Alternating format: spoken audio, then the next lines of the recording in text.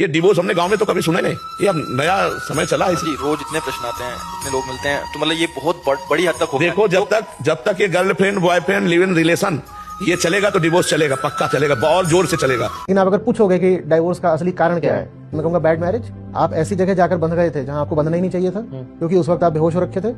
सब रिश्ते बन जाते हैं या तो परंपरा के आधार पर या दैहिक आकर्षण पर। परंपरा के आधार पर जो बनता है उसको हम आयोजित विवाह बोल देते हैं, अरेंज्ड मैरिज। दैहिक आकर्षण पर जो बन जाता है उसको हम प्रेम विवाह बोल देते हैं। ये दोनों ही आधार गलत हैं रिश्ता बनाने के। तो फिर एक मर्द से दूसरे मर्द के पास जाना ये सनातन धर्म नहीं है। यहाँ तो शादी होती है, पति मर जाए तो उसी की विधवा रह के जिंदगी गुजारती है।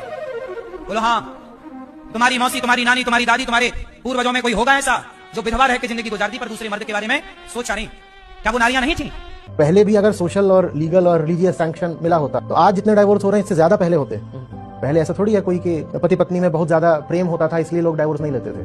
पहले बात ये थी कि डर होता था बहुत, समाज में चीज एक्सेप्टेबल ही नहीं थी कि डाइवोर्स लेके घूम रहे हो। और जो महिला होती थी उसकी ये ताकत ही नहीं होती थी कि अगर पति से अलग हो गई तो उसका गुजारा चल जाएगा, तो उस सपने में भी नहीं सोचती थी डाइवोर्स का, भले ही उसको कितनी भी तकलीफ हो डाइवोर्स नहीं सोचती थी। इसका मतलब ये नहीं कि प्यार था, प्यार न पहले था, प्यार न आज है। बिल्कुल। मैं बहुत बार सुझाया करता हूँ रिश्ते में आने से पहले थोड़ा स्वयं को जानो, थोड़ा जीवन को जानो, खूब पढ़ो, ज्ञान अर्जित करो, उसके बाद किसी रिश्ते में प्रवेश करो।